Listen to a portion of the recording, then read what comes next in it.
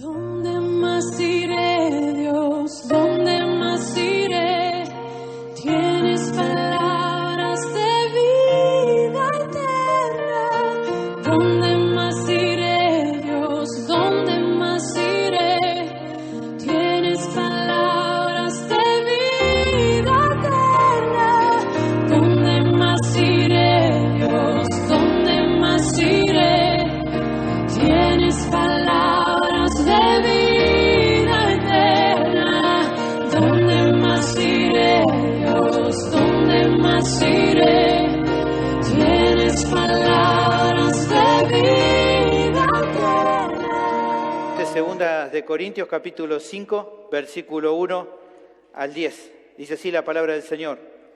Porque sabemos que si nuestra morada terrestre, este tabernáculo, se deshiciere, tenemos de Dios un edificio, una casa no hecha de manos, eterna en los cielos.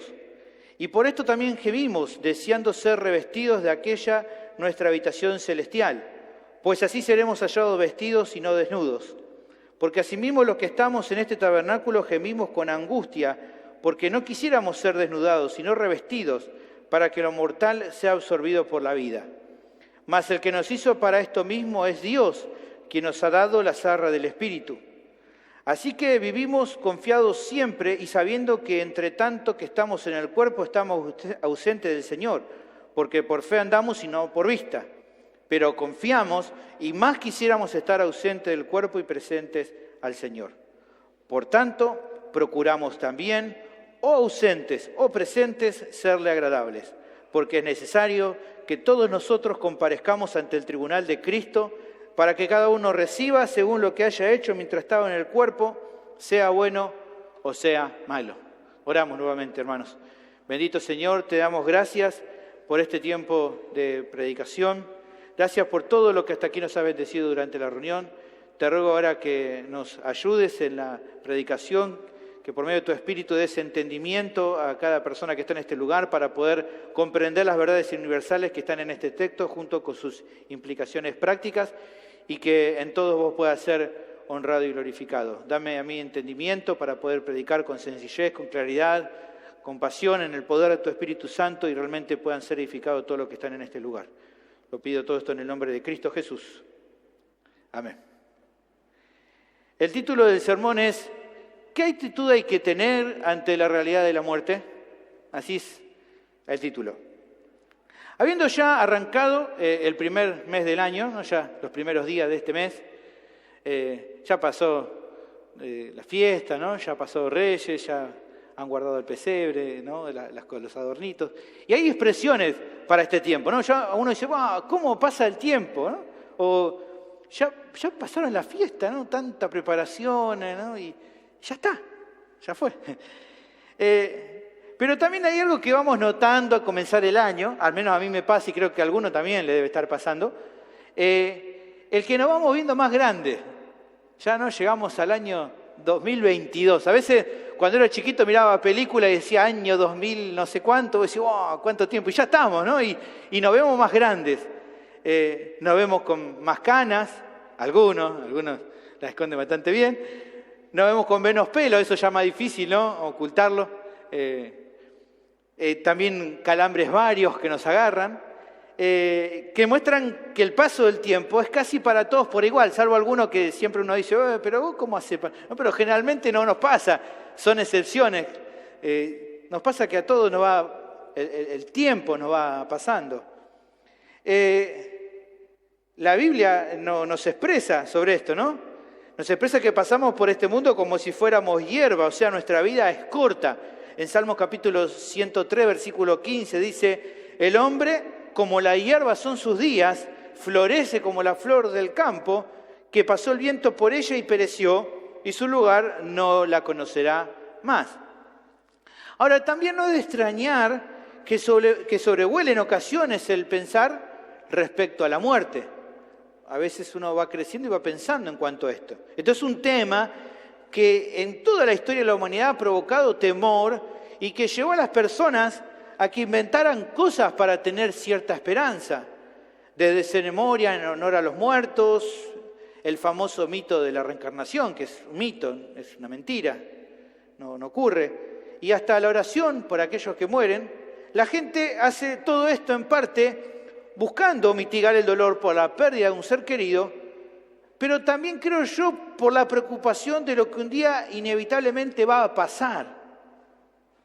Y en esto toda la raza humana se encuentra en igualdad de condiciones, no importa la plata que se tenga, el poder, la fama, el prestigio, las metas que vos pensás que podés haber alcanzado o que estás en proceso de alcanzar, así todo, un día nos vamos a encontrar todo con la muerte. Algunos un poco antes, otros un par de años después, pero incluso hasta Matusalén, que vivió casi 1 milenio, también murió. Nadie se escapa de esta realidad, lo acepten o no lo acepten. Es una realidad. Hoy la gente está muy angustiada. Estos años últimos se genera una gran preocupación en las personas en cuanto al tema de estos virus, que todo esto que está pasando, y mucha gente preocupada, ¿no? Y más que nunca la gente ahora diciendo como cierto alivio, porque se supone que las nuevas variantes son menos letales, y están como preocupados. Pero a la gente le preocupa mucho el tema de la muerte. Incluso personas que han dejado una huella importante en la historia encuentran en la inminencia de la muerte un motivo para angustiarse. Cuentan, mire, la famosa historia de un general muy importante llamado Eisenhower, quien fue alguien muy famoso, un famoso militar de la Segunda Guerra Mundial y presidente de los Estados Unidos en 2 ocasiones, que semanas antes de morir llamó a un amigo suyo que era evangelista. La charla se derivó por momentos en temas espirituales. Bueno, cuando el evangelista estaba a punto de irse del lugar, este general Eisenhower lo llamó y le pidió que nuevamente le explicara con la Biblia respecto al tema de la salvación. Evidentemente a un hombre que no le temblaba el pulso para tomar decisiones importantes en cuanto al mundo, a la guerra y las cosas que él hizo, en ese momento esta persona sentía la necesidad de poder comprender con seguridad qué iba a pasar con él luego de la muerte. Así que esto pasa en el mundo. Ahora es claro que también los creyentes no están exentos de tener estas mismas dudas.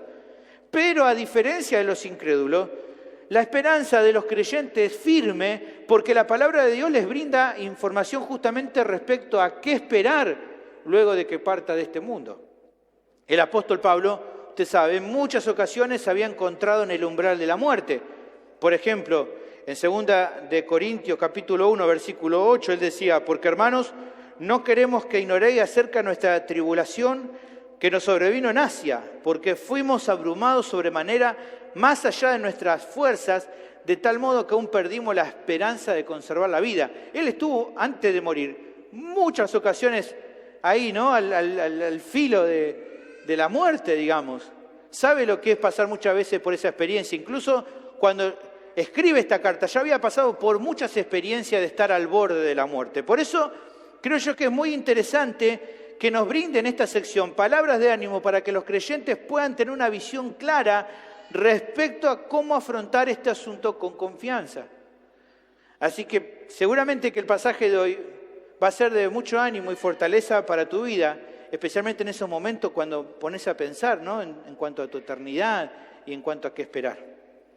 El tema del sermón de hoy es: los creyentes deben tener una actitud correcta en cuanto a la muerte, en cuanto a qué esperar en la muerte.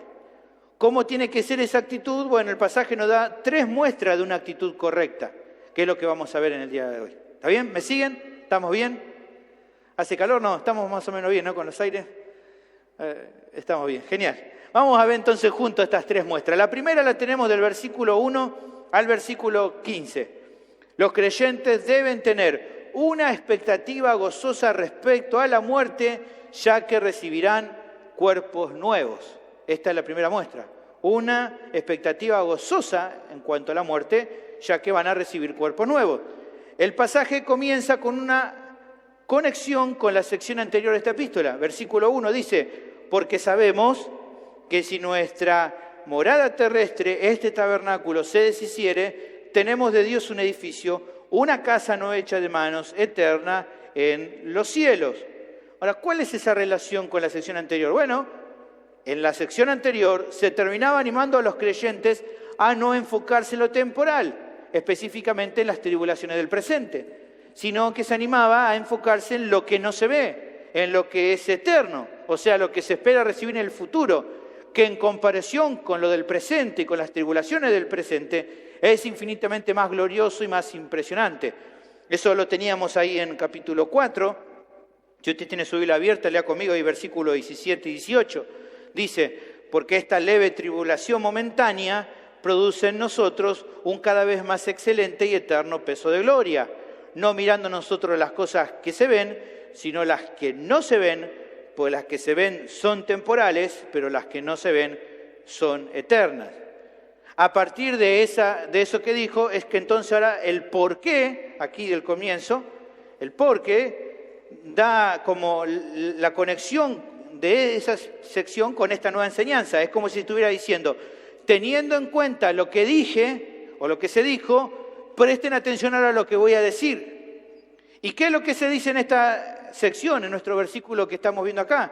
Bueno, de lo que se está hablando de una manera metafórica es respecto a lo que el cristiano puede esperar al llegar al día de su muerte.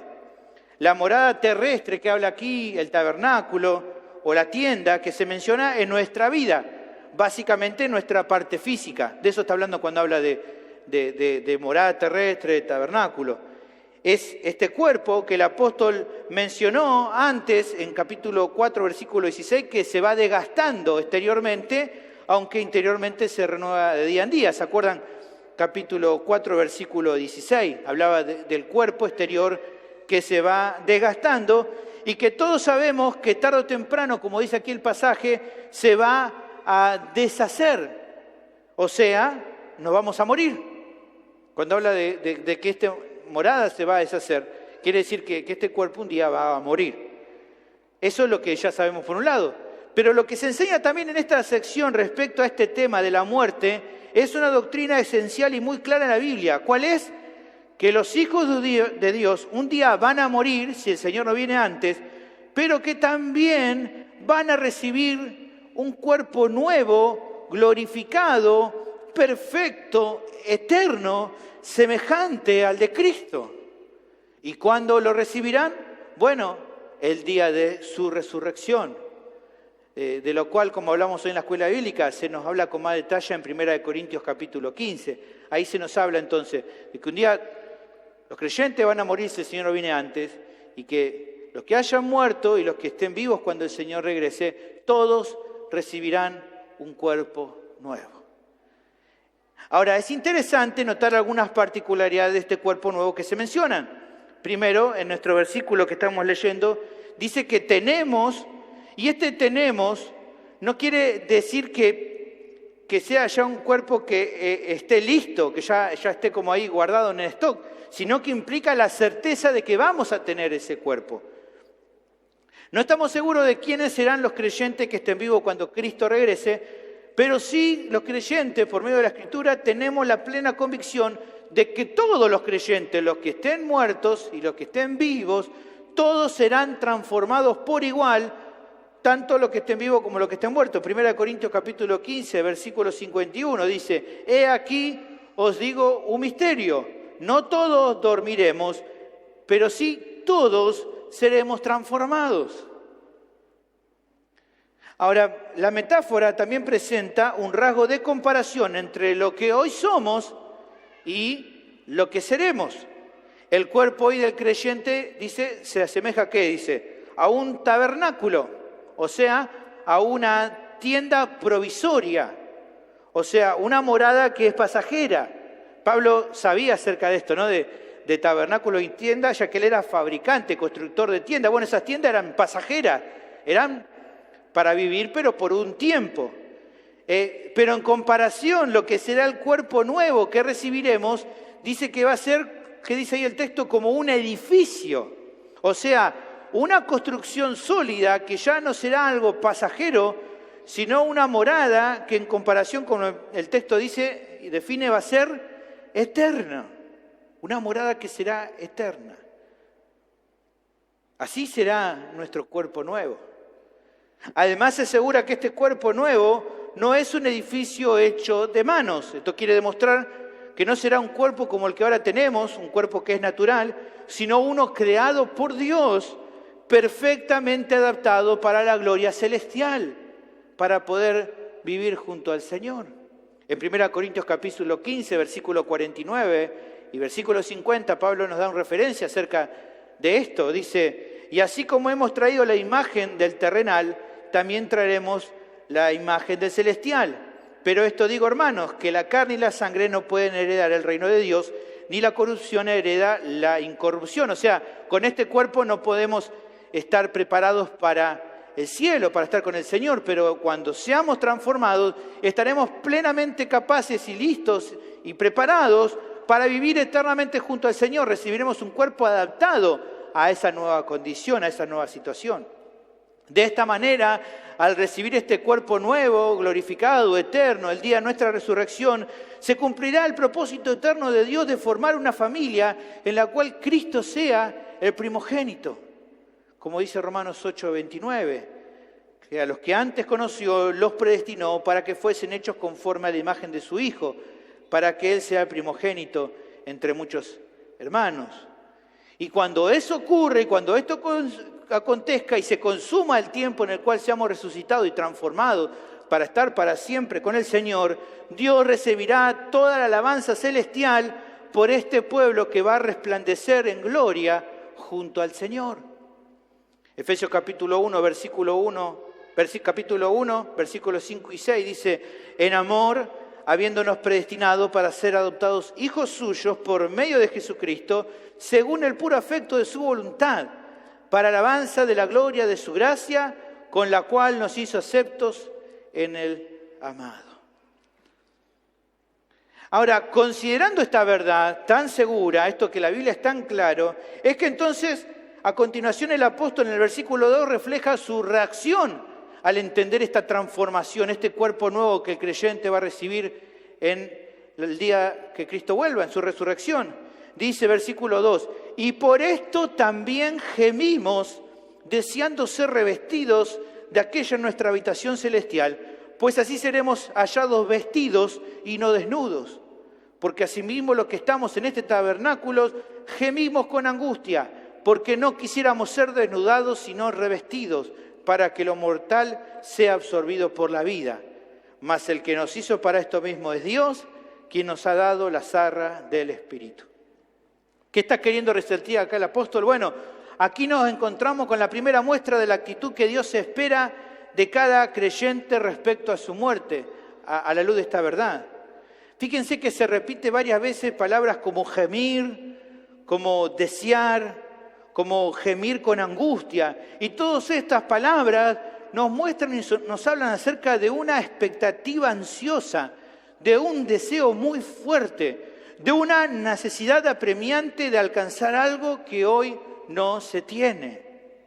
En este caso, se está refiriendo obviamente al cuerpo de resurrección, que nuevamente en forma figurada se lo menciona como aquella nuestra habitación celestial, de la cual va a ser revestido cada creyente. Esta es la primera muestra, una expectativa, un anhelo gozoso por recibir ese cuerpo nuevo que nos espera cuando el Señor regrese. Ahora, tal vez pueden surgir algunas dudas, ¿no? ¿Qué quiere decir esto del pasaje que por lo menos 2 veces remarca esto de vestirse y no estar desnudos? ¿Qué se está queriendo enseñar? Bueno, en la primera mención que tenemos de esto, en el versículo 3, se está refiriendo a algo que ya se explicó en la primera epístola a los Corintios. Pablo ya lo va tratando en primera de Corintios 15, y que se vuelve a recalcar. Dentro de la iglesia en Corintios se había empezado a infiltrar una enseñanza errónea basada en una filosofía griega de que no era posible que los creyentes resuciten y reciben cuerpos nuevos. En 1 Corintios 15, 12 se nos da un poquito en referencia a este problema que había empezado a acontecer. Gente inconversa se había metido dentro de la iglesia y estaba poniendo en duda que los creyentes resuciten y reciban cuerpos nuevos. Dice ahí, Pablo nos deja la clave en ese texto, dice, pero si se predica de Cristo que resucitó de los muertos, ¿cómo dicen algunos entre vosotros que no hay resurrección de muertos? ¿Ven? Había gente dentro de la iglesia en Corinto que estaba diciendo de que la resurrección era un cuento, no era posible que pasara. ¿Por qué? Influenciado por esta gente que tenía esta influencia griega, filosófica, esta corriente de pensamiento, para esta corriente, el cuerpo no era tan importante, sino que ponía mucho más valor en el alma. Decían, ¿qué necesario o qué importante va a ser el cuerpo que sea resucitado si en definitiva el cuerpo no es tan importante? Por lo que entonces, al morir, según esta persona, solo quedaban con su parte espiritual y por lo tanto en un sentido no hacía falta resucitar porque justamente estas personas que menospreciaban la parte física sentían que se liberaban del estorbo supuestamente del cuerpo.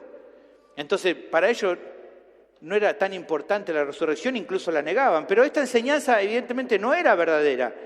En la muerte evidentemente el alma del creyente abandona, como hemos leído, su cubierta natural.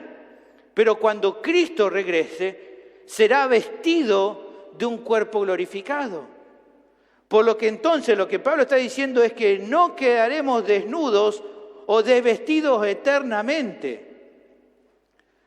Evidentemente el día que mueras, tu cuerpo físico quedará y por lo tanto, digamos, Pablo está diciendo como quedarás desnudo. Pero eso no va a ser así para siempre. Cuando Cristo regrese, tu alma será nuevamente vestida con un nuevo cuerpo que será un cuerpo glorioso. Seremos justamente revestidos de gloria y lo mayor de toda esta gloria es que seremos semejantes a Cristo. Ahora, en la segunda mención que tenemos, que es en el versículo 4, dice lo siguiente: no quisiéramos ser desnudados, sino revestidos, para que lo mortal sea absorbido por la vida. Aquí esto de no querer, no es el deseo ferviente que mencionaba el versículo 2, gemir con angustia. En el gemir del versículo 2 la palabra era epipoteo, que se refiere a un anhelo profundo, sino que acá la palabra es teló, para querer, que se traduce como lo que a uno más le gustaría, si tuviera que elegir, qué le gustaría más, pero no es un anhelo profundo, es diferente la palabra. Lo que se está declarando acá entonces sería lo siguiente, mirá, Pablo estaría diciendo algo así: no es que no nos importe tanto el ser despojado de este cuerpo mortal, sino lo que más deseamos es el ser revestidos del cuerpo glorificado, para que entonces lo que hoy es mortal sea absorbido por la vida, o sea, por lo eterno. Pablo está diciendo, si yo pudiera escoger, lo que más quiero es que este cuerpo sea transformado y sea revestido ahora por lo eterno. O sea, él no es que está despreciando el cuerpo físico, él está diciendo, si pudiera escoger, quisiera que ya ser transformado, porque entendería que eso ya sería en el tiempo que Cristo vuelva. Más allá de que la Biblia muestra la tensión clara que hay en cada creyente, en la lucha que tiene con el pecado en sus miembros y el deseo de recibir la redención del cuerpo, de ninguna manera la palabra de Dios enseña a los creyentes que tienen que despreciar o descuidar la atención de sus cuerpos, sino que por el contrario, en Romanos 6:13 se nos habla de que tenemos que usar nuestros cuerpos como instrumentos de justicia. Así que de ninguna manera la Biblia dice, bueno, con tu cuerpo no importa lo que haga o no importa para nada. Los creyentes, evidentemente, tanto como su alma, como su vida, como su interior, también deben santificar su exterior. No pueden despreciarlo y tomarlo como que no pasa nada con lo exterior. Evidentemente, somos llamados a santificar toda nuestra vida, en todo lo que hacemos vivir en obediencia al Señor. Los creyentes no deben ver entonces el cuerpo como algo despreciable. Esta parte entonces, al igual que la anterior, busca refutar esas falsas corrientes filosóficas sin dejar obviamente de lado la expectativa real del anhelo por ser transformado. Más allá del anhelo que tenemos por recibir el cuerpo nuevo, esa transformación que todo creyente espera, mientras tanto no despreciamos nuestro cuerpo y no es que hacemos como si no pasara nada. Por lo que entonces esta primera enseñanza se resume en este concepto final. Ante la realidad de la muerte, espérenla con una expectativa gozosa. ¿Por qué? Porque es un paso más que nos acerca a la consumación final cuando reciban cuerpos glorificados. La muerte, hermanos, no es un final trágico para los creyentes, por lo que entonces no deberías ver a la muerte con resignación y con tristeza, porque un día Dios prometió que recibiremos un cuerpo nuevo. Por eso no hay que tener temor y angustia, sino tranquilidad y paz. ¿Qué confirmación tenemos de esta verdad? Bueno, esta sección termina dándonos esperanza. Dios mismo planificó todo esto y para que no haya lugar a dudas en cuanto a lo que va a pasar en el futuro, ¿qué hizo? Nos ha dado, dice el texto, las arras del Espíritu. ¿Qué es esto de las arras? No es una palabra que no usamos normalmente nosotros, ¿no?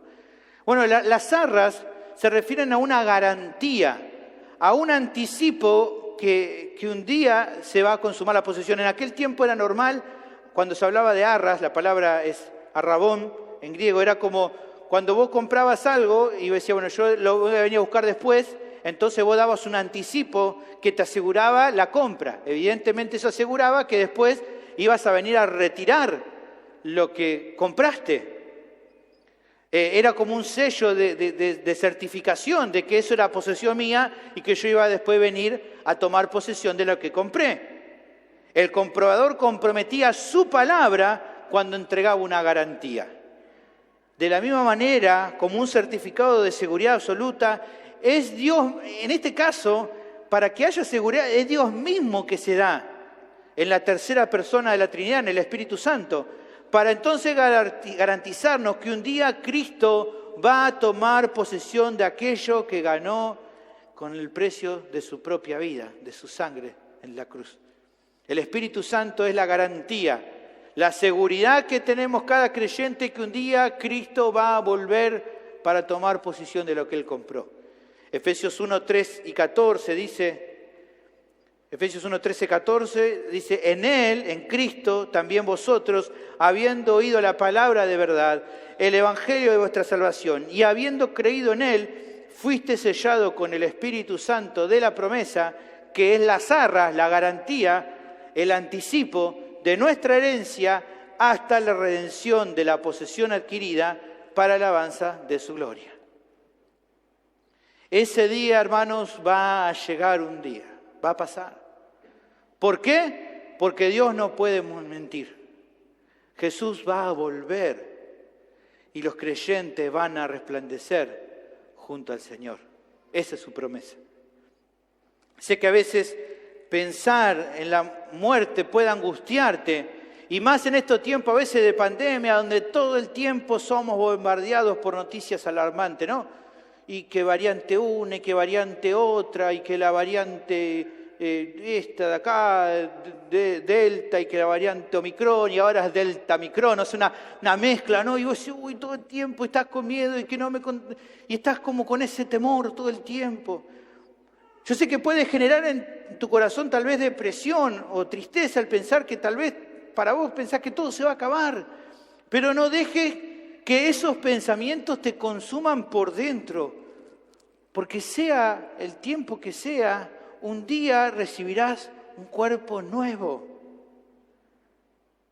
Sé que también a veces el cansancio o el temor o la preocupación tiene que ver con los momentos en el cual luchamos con el pecado, porque el pecado nos agobia, gemimos con angustia en cuanto a eso. Quisiéramos ya no tener que seguir y a veces como que queremos tirar la toalla, como que se vuelve muy difícil seguir. Pero el pasaje de hoy tiene que animarte. Como la Biblia también nos dice en Romanos capítulo 13, versículo 11, hace poco lo hemos leído, nuestra glorificación está más cerca que cuando creímos, hermanos. Por eso no hay que bajar la guardia, por eso hay que seguir fielmente al Señor. Queda poco, hermanos, para que el pecado sea erradicado completamente de tu vida. Queda poco para recibir ese cuerpo nuevo. Mientras tanto, mi ánimo es que sigas buscando al Señor, que procures santificarte a través de los medios de gracia que Él te da, hermano. Ánimo para seguir adelante y no claudicar. La siguiente de las muestras de una actitud correcta es que los creyentes deben tener una confianza plena respecto a la muerte, ya que se van a encontrar en la presencia del Señor. Una expectativa gozosa, pero también una confianza plena. El pasaje prosigue con la segunda actitud correcta de los creyentes ante la muerte, versículo 6. Así que vivimos confiados siempre, sabiendo que entre tanto que estamos en el cuerpo estamos ausentes del Señor, porque por fe andamos, no por vista. Pero confiamos y más quisiéramos estar ausentes del cuerpo y presentes al Señor. Al igual que la anterior sección, se repiten verbos como saber y como querer, pero en este caso aparece un énfasis en otro asunto. Si usted está mirando el versículo conmigo se va a dar cuenta cuál es. La confianza. Los creyentes son llamados a vivir confiados siempre en este pasaje. Son llamados a andar por fe y no por vista. Y nuevamente se repite el pedido de confiar. Hay mucho de confiar, anden en fe, estamos viviendo por fe. ¿Qué es lo que se está destacando en esta porción? Que una actitud que agrada al Señor es que los creyentes estén con plena confianza ante la realidad de la muerte. ¿Por qué? Bueno, porque hay una razón esencial para tener confianza. Que el día que mueras vas a ir a la presencia del Señor. El día que tus ojos se cierren a este mundo, se abrirán nuevos en el cielo y verás a tu Señor. Esa es la confianza que tenemos. Justamente mientras estás en el cuerpo, mientras estás en esta vida, dice aquí la palabra, estás ausente del Señor. Es interesante aquí en esta parte que dice ausentes. Aquí la palabra que se utiliza es la palabra ekdemeo. Esa palabra ekdemeo da la idea de estar lejos de tu casa, lejos de tu gente. Muy interesante. Es claro que los creyentes viven en este mundo como peregrinos y extranjeros. No pertenecen a este mundo, ya que su ciudadanía está en los cielos. Filipenses capítulo 3, versículo 20 dice, mas nuestra ciudadanía está en los cielos, de donde también esperamos al Salvador, al Señor Jesucristo.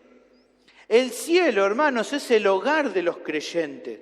Por eso, tu camino es como, ¿se acuerdan los que vieron la película la vez pasada? Cristianos, ¿se acuerdan el personaje del progreso de peregrino? Nuestra vida es como el camino de cristianos yendo a la ciudad celestial. En ese camino vas a encontrarte con tu Señor. Mientras vas en ese camino, estás lejos, estás ausente de Él, aunque en otro sentido Él está con nosotros siempre, pero un día la promesa es que vas a verlo cara a cara. Esa es la promesa que tenemos. El término aquí, estar presentes, que dice en el pasaje, es endemeo, que te ayuda a entender esta verdad. Aquí cuando habla de estar presente. Cuando parta de este mundo, cuando te vayas de este mundo, es cuando entonces vas a estar en tu hogar, en tu tierra, en donde perteneces. Esa es la traducción de endemeo. Estar presente es estar en el lugar de donde perteneces. Es estar en el lugar, en tu hogar, en tu verdadero hogar. En el verdadero lugar que tendrías que estar. Ahí, cuando llegue ese tiempo, vas a estar en la presencia misma del Señor. No solo en su presencia, sino esperando un día recibir el cuerpo de resurrección cuando Cristo vuelva. Hermanos, no existe razón mayor para tener confianza de lo que se puede esperar luego de morir, que saber que justamente nos vamos a encontrar con el Señor. Ese es nuestro mayor gozo. Porque en realidad las bendiciones del cielo no serían tales si no esperáramos encontrar con nuestro Salvador. Sin Cristo Jesús, hermanos, el cielo no sería cielo. Pero Él va a estar ahí. Él va a estar ahí. Esta es la mayor confianza que el cristiano pueda tener junto con el gozo y la esperanza que eso le da.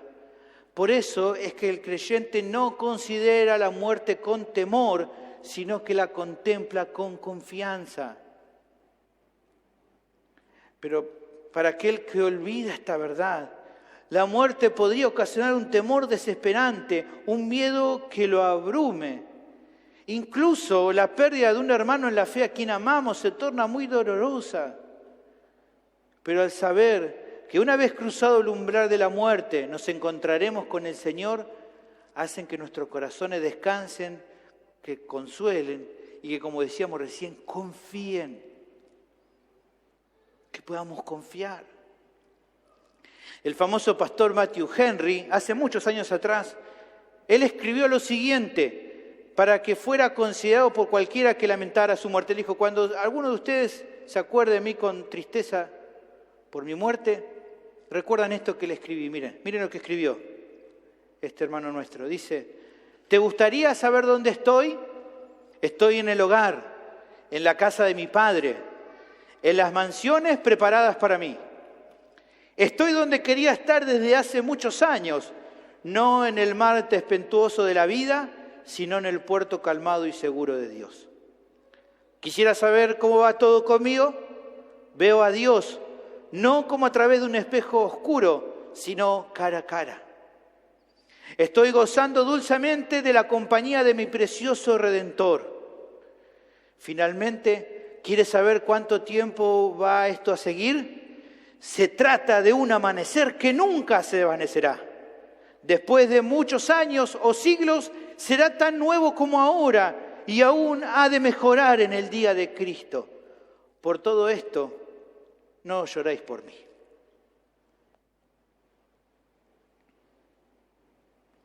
Es claro, hermanos, que los creyentes entonces genuinos deben considerar esta verdad. Por gracia de Dios, el día de su muerte se van a encontrar con el Señor. La confianza del apóstol se veía claro aún estando encarcelado, sabiendo que si tenía que partir le esperaba un encuentro con Cristo. En Filipenses 1:23 dice: de ambas cosas estoy puesto en estrecho, teniendo deseo de partir están con Cristo, lo cual es muchísimo mejor. Ahora, para el creyente genuino, esto sí le da confianza, tranquilidad. El problema lo tienen aquellos que todavía no han recibido el perdón de tus pecados. Para los que están aquí todavía no están en Cristo, toda esta tranquilidad y seguridad y confianza que les estoy hablando tenía que ser una gran preocupación. Si no ves en tu vida los frutos esperables de un cristiano verdadero, lamentablemente no podés tener confianza de lo que la guarda tu alma cuando te vayas de este mundo, sea algo bueno o maravilloso. O incluso si el Señor viene y todavía no te morís y estás vivo cuando el Señor venga, no puedes esperar nada maravilloso, nada bueno de lo que estamos hablando. Si todavía no has nacido de nuevo, lo que te espera es un destino eterno un destino eterno, pero no de gozo y alegría, sino de condenación, de dolor profundo, intenso y que no va a terminar nunca en el infierno, donde van todos aquellos que rechazan el Evangelio, que siguieron con su vida como quisieron, que no se humillaron ante el Señor y que no confiaron en Cristo para salvación. No podés confiar en hacer buenas obras para zafar de ese destino, porque nadie se puede salvar por medio de eso. La noticia que el Evangelio da es que solo por medio de la obra de Cristo es que los pecadores pueden recibir el perdón de los pecados y la vida eterna. Eso es lo que promete el Evangelio. Perdón de pecados, vida eterna a los que vienen a Cristo Jesús. Tenés que poner toda tu confianza en el sacrificio de Cristo. Tenés que arrepentirte de tus pecados y venir a Él. Por eso te animo, si todavía no estás en Cristo, que hoy mismo vengas al Señor, que no esperes más, por favor. Finalmente, la tercera muestra de la actitud correcta de un cristiano, dijimos, una expectativa gozosa, una confianza plena, y también los creyentes deben tener una disposición diligente en honrar al Señor durante su vida, ya que luego de morir serán evaluados y recompensados. Esto nos habla versículo 9 y versículo 10. El pasaje concluye con una actitud más que muy importante destacar. Dice: por tanto, procuramos también, o ausentes o presentes, serle agradables. ¿Por qué? Porque es necesario que todos nosotros comparezcamos ante el tribunal de Cristo para que cada uno reciba según lo que haya hecho mientras estaba en el cuerpo, sea bueno o sea malo. El texto comienza con un por tanto, que da la idea de querer dar una conclusión a lo que hasta acá se enseñó. Se dijo que los creyentes deberían tener una expectativa gloriosa, gozosa, ya que luego de su muerte recibirán un cuerpo nuevo de resurrección cuando Cristo venga. También se explicó que los creyentes deben tener plena confianza, ya que al morir se van a encontrar en la presencia del Señor. Y pensando en todo esto, en que entonces, como dice esta sección final, debemos procurar, sea que estemos todavía acá en el cuerpo, sea que muramos, buscar agradar en todo al Señor. O sea que no importa la situación en que estés, seas joven, seas adulto, seas un niño, seas un anciano, sabiendo que te quedan pocos años de vida o no. Lo más importante es que en el tiempo que te quede, te esfuerces por agradar al Señor con tu vida, sirviéndole y honrándole con todo tu corazón. Eso es lo que realmente importa. ¿Qué tan importante es cumplir esta meta? Bueno, creo que hay una pista para descubrir en el verbo que se usa aquí para procurar. La palabra procurar aquí en el griego es la palabra philotemeomai. Da la idea de ambicionar algo con todo el corazón. Ambicionarlo con todo el corazón. Aunque generalmente la idea de tener ambición por algo puede ser negativa, en este caso se usa de manera positiva. O sea, la ambición más noble del creyente mientras viva tiene que ser una sola. ¿Cuál? Agradar a Dios con todas las cosas que haga. Esa tiene que ser tu mayor ambición. Agradar a Dios en todo lo que hagas. O sea, no se trata tanto de querer cumplir tus sueños o metas personales. Ahora, el creyente, desde que está en Cristo, todo lo piensa a partir de la premisa de cómo puede glorificar al Señor con lo que va a hacer. El punto no es tanto qué meta cumplir, sino cumpliendo esta meta, ¿de qué manera puedo glorificar al Señor con esto que voy a hacer? ¿Esto que voy a hacer va a glorificar al Señor o es solamente va a fomentar mi egoísmo? ¿De qué manera puedo hoy honrar al Señor? Ese es el deseo del cristiano. Esa es su meta. Para eso vive todos los días. Eso es lo que Pablo dice. Sea que me quede un poco tiempo, sea que me quede mucho tiempo, procuro, ambiciono por sobre todas las cosas ser agradable a Dios. Pero tal vez la pregunta que puede surgir es ¿por qué es tan importante cumplir con esta meta? Bueno, una de las razones más importantes la tenemos en el versículo final de nuestro pasaje de hoy, versículo 10. Porque es necesario que un día todos nos presentemos delante del tribunal de Cristo para que cada uno reciba según lo que haya hecho mientras estaba en el cuerpo, sea bueno o sea malo. Y hay muchas discusiones sobre este versículo. Uno dice, ¿qué significa esto? En este pasaje se está enseñando que la salvación depende de cuáles hayan sido nuestras obras. ¿A qué se refiere cuando dice lo malo? ¿Es que entonces se van a poner en la balanza de Dios los pecados que cometimos? Bueno, ante todas estas dudas creo que la Biblia nos va a ayudar a responder esta pregunta. Lo primero que se puede notar es la idea de que acá de comparecer, cuando habla de que vamos a comparecer, no se refiere a que los creyentes se presenten ante Cristo teniendo que ser juzgados por los pecados que cometieron mientras vivieron para saber si van a ser recibidos en el cielo o no. ¿Por qué estamos seguros de eso? Bueno, porque claramente la palabra de Dios nos enseña que todos nuestros pecados fueron perdonados en la cruz de Cristo. Si sos un cristiano genuino, ya toda la deuda fue saldada. Jesús tomó nuestro lugar en el banquillo de los acusados de forma voluntaria y en el Calvario fue enjuiciado por el Padre, cargando sobre él toda la ira justa que nuestros pecados merecían. Es por eso que, como dice Pablo en Romanos capítulo 8, ya no hay condenación para los que están en Cristo Jesús. Dice Romanos 8.1, ahora pues ninguna condenación hay para los que están en Cristo Jesús. Y luego en versículo 33, hoy lo leímos en la escuela bíblica, ¿quién acusará a los escogidos de Dios? Dios es el que justifica. ¿Quién es el que condenará? Cristo es el que murió, más aún el que también resucitó, el que está además a la diestra de Dios, el que también intercede por nosotros. Por lo tanto, en ese tribunal de que está mencionando el versículo 10, tus pecados ya no serán juzgados para saber si tenés derecho a disfrutar de la vida eterna. Eso lo consiguió Cristo en la cruz.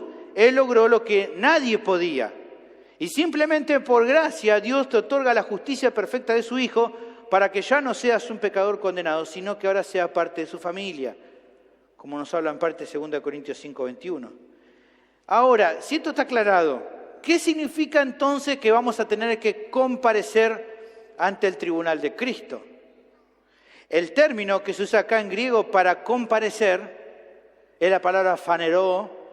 Se traduce como manifestar, como revelar, como exponer. ¿Qué es lo que se va a manifestar en ese tribunal? Bueno, nuestra vida misma. Lo que fuimos desde el día que Dios nos salvó. Se va a hacer una evaluación justa de cómo vivimos la vida cristiana. Vas a saber con total certeza, porque Cristo mismo te evaluará, con qué materiales edificaste en tu vida. De esto Pablo habló en la epístola anterior de Corintios, 1 Corintios capítulo 3, versículo 11 al 15, la evaluación, el juicio para cada cristiano, el juicio de sus obras, de lo que hizo. Dice 1 Corintios 3, 11, porque nadie puede poner otro fundamento que el que está puesto, el cual es Jesucristo. Y si sobre este fundamento alguno edificare oro, plata, piedras preciosas, madera, heno, hojarasca, la obra de cada uno será manifiesta, porque el día la declarará, pues por el fuego será revelada, y la obra de cada uno, cual sea, el fuego la probará. Si permaneciere la obra de alguno que sobreedificó, recibirá recompensa. Si la obra de alguno se quemare, él sufrirá pérdida, si bien él mismo será salvo, aunque así como por fuego. La duda que queda por responder, que dijimos es, ¿qué quiere decir con esto de exponer lo malo ante este tribunal? La palabra utilizada aquí en los manuscritos más aceptados para malo es la palabra faulos. Apunta a la idea no tanto de algo como maligno, sino de lo que no tiene valor, de lo que tiene poca importancia. La evaluación no apunta a un juicio para declarar a alguien inocente o culpable, sino para recibir de Cristo, quien va a juzgar con rectitud absoluta, como dijimos, la evaluación completa de nuestra vida y una recompensa acorde a ese examen. Como explica un comentarista bíblico, en aquel día, para cada creyente se hará manifiesta la auténtica verdad sobre su vida, carácter y hechos. Cada uno descubrirá el veredicto real sobre su ministerio, servicio y motivación. Toda hipocresía y pretensión se eliminará. Todos los asuntos temporales que carezcan de importancia eterna se desvanecerán como la madera, el heno y la hojarasca, y solo quedará lo que tenga valor eterno. Por eso Jesucristo, ¿qué dijo? Hagan tesoros en el cielo, donde no se va a perder, donde no se va a corromper, donde está seguro. A veces reflexiono que en ese día, cuando todos estemos delante de la presencia del Señor en ese tribunal, yo creo que muchos que pensaron recibir una gran recompensa se van a sorprender al ver que no será así, porque muchas de sus obras fueron vanas. Y otros tantos se van a asombrar de la recompensa enorme que recibirán, porque aunque pareciera que pasaron por este mundo sin pena ni gloria, fueron los creyentes más fieles al Señor. Quizás no escribieron libros, quizás no salieron en ningún video de YouTube, no importa, pero fueron fieles al Señor y aunque tal vez nadie lo vio, el Señor lo va a evaluar y le va a decir, bien, buen siervo fiel, sobre poco has sido fiel, sobre mucho te pondré, entra en el gozo de tu Señor. Todo esto nos lleva a pensar sobre la manifestación más importante que debe encontrarse en tu vida, una disposición diaria a vivir buscando agradar al Señor, sabiendo que un día se revelará delante del tribunal de Cristo las razones que te motivaron a hacer cada cosa que hiciste mientras estuviste en el cuerpo. Si lo que hiciste para servir a Dios fue motivado por un deseo de honrarlo, aunque haya tenido que someter a tu carne que no quería hacerlo, recibirás recompensa. En cambio, lo que fue hecho motivado por razones vanas se va a desvanecer totalmente. O sea, ¿te das cuenta? No tiene sentido hacer ese tipo de cosas. Vos decís, bueno, nadie se va a dar cuenta de por qué lo hice. Pero el Señor un día va a exponer todo. Un día vas a ser evaluado por el Señor. Por eso, hermano, en el tiempo que te queda de vida, busca vivir para la gloria de Dios. Porque la verdad, no hay nada más importante en tu vida que hacer.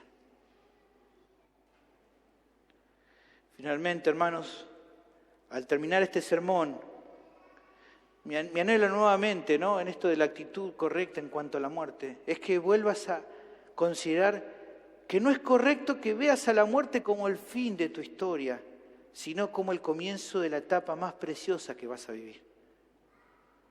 En la cual, como dice esa canción que cantamos, y ahora vamos a cantar al final, vas a ver a aquel que vino a rescatarte, para justamente llevarte a su ciudad juntamente con él.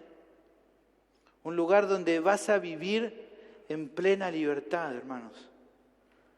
Que en tu corazón puedas desear cada día llegar a esa ciudad y que a cada momento puedas vivir pensando en ese encuentro con el Señor. Que en definitiva cada día puedas anhelar la ciudad de Dios. Oramos, hermanos. Bendito Señor, te damos gracias.